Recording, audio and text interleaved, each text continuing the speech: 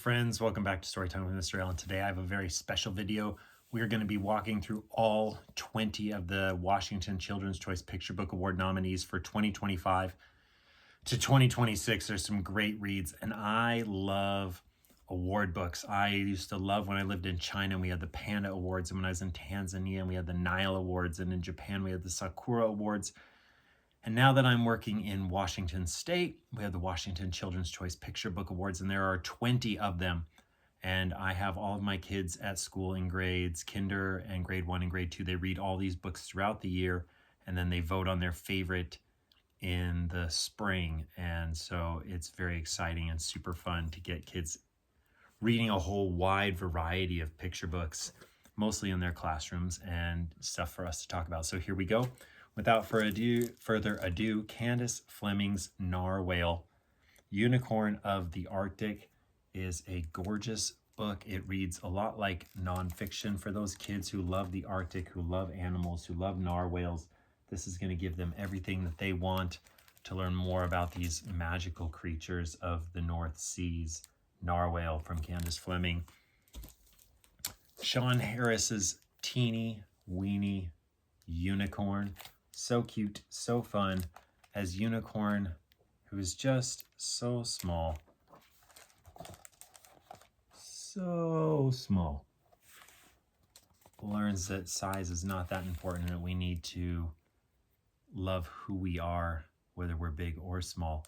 This is a fun one. Kids are going to love this. There's already a sequel out, a book 2 for this series. All right, Minla and Dan Santat's Built to Last. When we think about building things, we're not just talking about things that we build out of blocks, but we're talking about friendships. And this book is a great example of what happens when we have a best friend and we're always working together. We're always building something together, doing something together. And what happens when that friendship runs into a stumbling block? What happens when we have a hard time, something goes wrong, we have an argument, we have a fight? And is our friendship built to last the same way that we build towers together? And can we fix what has gone wrong? Built to Last, it's lovely. My Friend Andy by Emma Chinnery is about a man and his dog who live on the street, and he plays his guitar and he busks on the street corners. And he one day finds this little fella and rescues him because this guy has lost his owner. And it's really interesting the way that this book plays out in terms of how do we see people, how do we judge people by the way they look and by the way they live, and not necessarily judge them on who they are. And so this is a great story. I think it's going to promote a lot of good conversations with our students as we read this book to them and with them, and discuss sort of values and what do we value and who do we value and why do we value. My Friend Andy. A Flicker of Hope, a story of migration, is not just about butterflies, but this little girl is dealing with the migration of her father as he follows different crops through the different seasons. He's a seasonal worker, and he migrates from place to place, working here, working there, taking care of his family. And it's kind of the comparison to how butterflies migrate and how she sort of learns to cope with her father being gone quite often and coming back, and how exciting it is when he's there, and how kind of sad it is when he's gone. But this sort of lifestyle that a lot of kids have these days, and it's another one of those great conversational pieces, something that our students should be aware of. And it's a beautiful book, Flicker of Hope. This one by Cynthia Harmony. Corey R. Tabor's Upside Down Ursula. I love this book because it feels like as you're reading it, even as you open it, you're like, oh man, is this upside down? But it's not. What's upside down is Ursula. But she doesn't know she's upside down. She thinks everything is just fine. She's going through life, loving life. Everything is perfect until one day someone says, why are you upside down? And so she tries to right side herself up And it is a story about accepting who we are and being happy with who we are, even if we're a little bit different. Again, another great story that we're going to be reading with our students this year, Upside Down Ursula. I think we all know this story. I'm sorry you got mad. Not I'm sorry for what I did, not I'm sorry for what happened. I'm sorry that you got mad because of what I did. And in this story, this boy is spending the whole story trying to apologize. And sometimes apology is not an easy thing. Sometimes you have to try again and again and again to get it right, because sometimes you're not sorry the first time. Sometimes you actually have to really think this through and really internalize. And I know a lot of our students, they don't necessarily feel sorry the first time or the second time. They need to talk it through. They need to think it through. They need to know why they're sorry.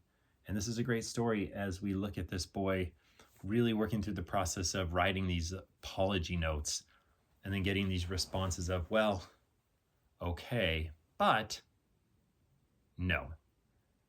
This is a great one. I think this is something that students of all ages, not just little kids, but big kids, 4th grade, 5th grade, 6th grade, could all benefit from reading.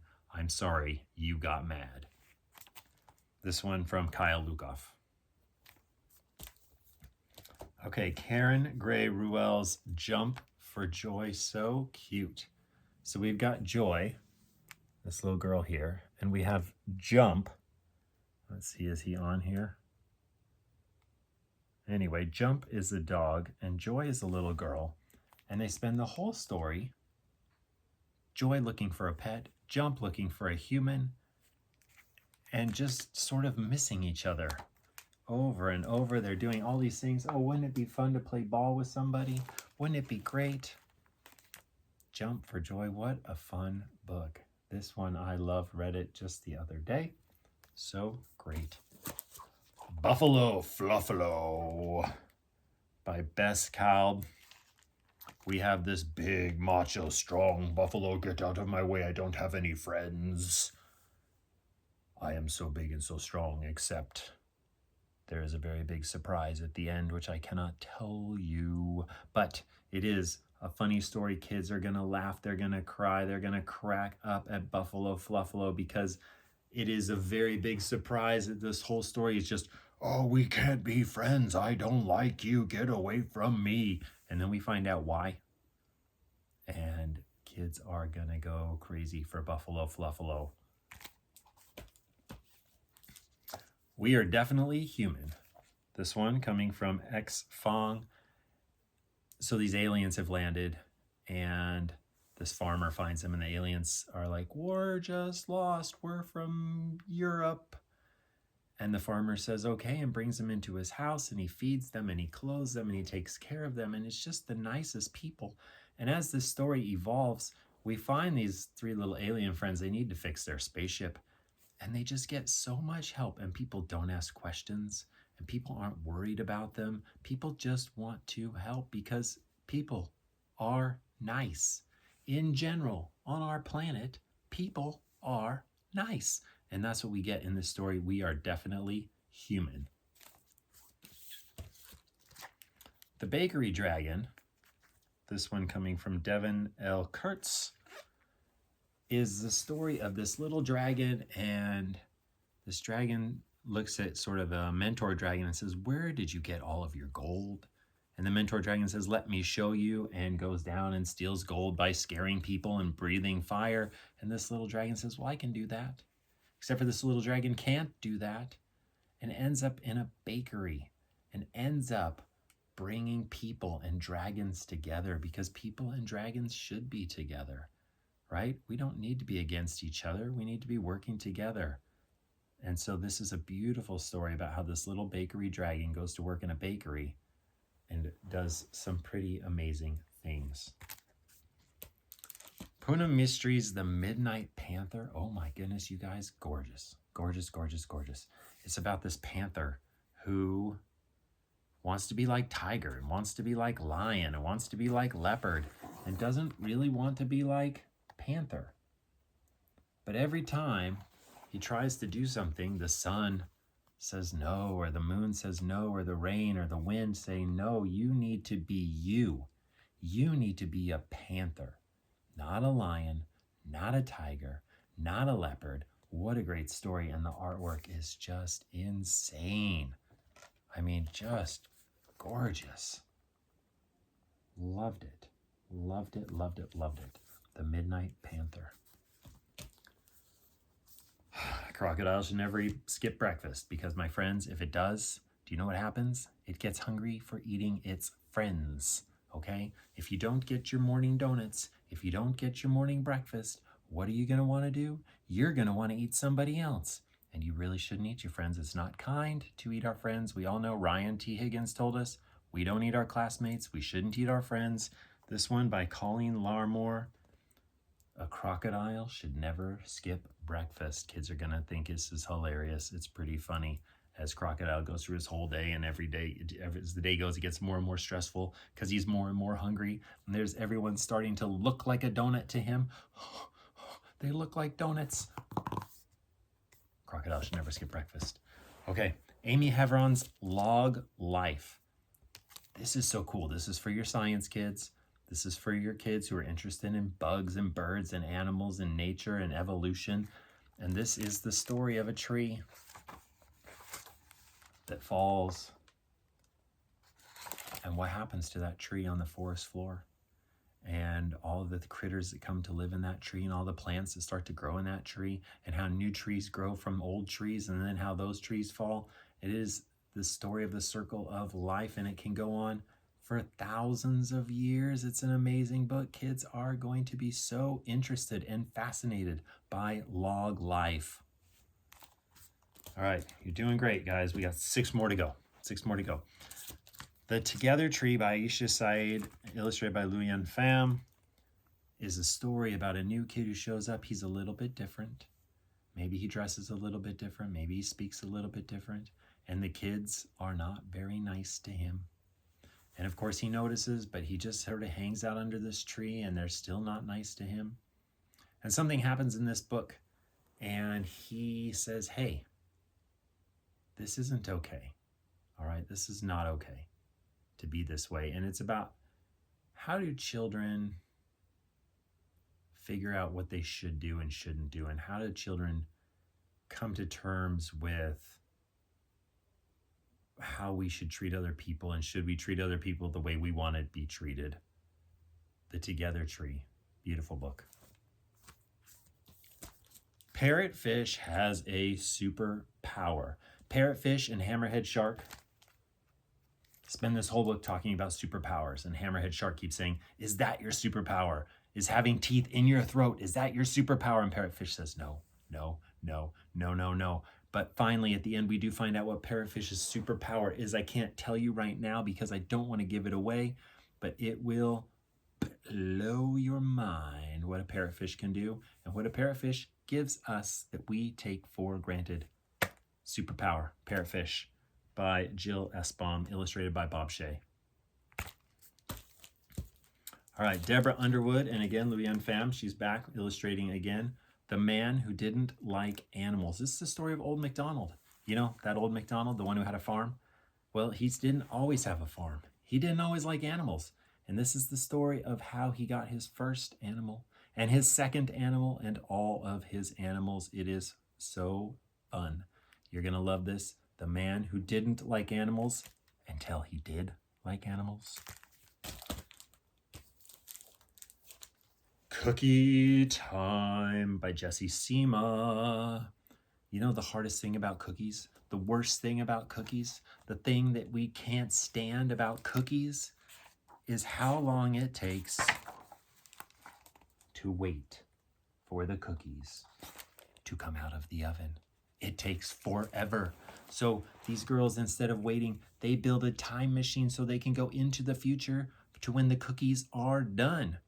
But of course, time machines never work the way we think they are, and we go too far forward, and we go too far back, and we go all over the place, and it is their journey of waiting for the cookies. Cookie Time by Jessie, Sima. It's a great one. You guys are going to love it. All right, 2 more. Tate's Wild Rescue. Tate just wants a pet. But not only does Tate want a pet, Tate wants to be helpful. Tate wants to take care of animals. Tate wants to do all these things. So Tate keeps saying, I'll do this, I'll do that. And the animals keep saying, no thanks. We're good just the way we are. Leave us alone. And Tate's like, but I just want to help. I just want to be so helpful. But it's not working out for Tate. It's really having a hard time finding an animal. And of course, maybe you can guess which animal finally is like, yes, Tate, come be in my life. I will be in your life. You can be in my life. We can be in each other's lives. Tate's Wild Rescue. And the 20th Washington Children's Choice Picture Book Award for 2025-2026 is I Know How to Draw an Owl by Hilary, Horder, Hippely, illustrated by Matt James. It's a lovely story about a little boy who lives in his car with his mom and what that's like for him. And he sort of has this connection with these owls that he sees at night while they're sleeping. And what can he do for someone else in his shoes, for someone else in his situation? Again, this is one of those great conversation books, I think, that kids are going to be really fascinated by and really excited to talk about and learn more about. So anyway, 20 books, Washington Children's Choice Picture Book Awards, 2025-2026. If you're not in Washington State, it's a great list of books just to take and read to your kids. If you are in Washington State, have fun sharing these with your students, and voting will be in the spring. Happy reading, friends. Bye.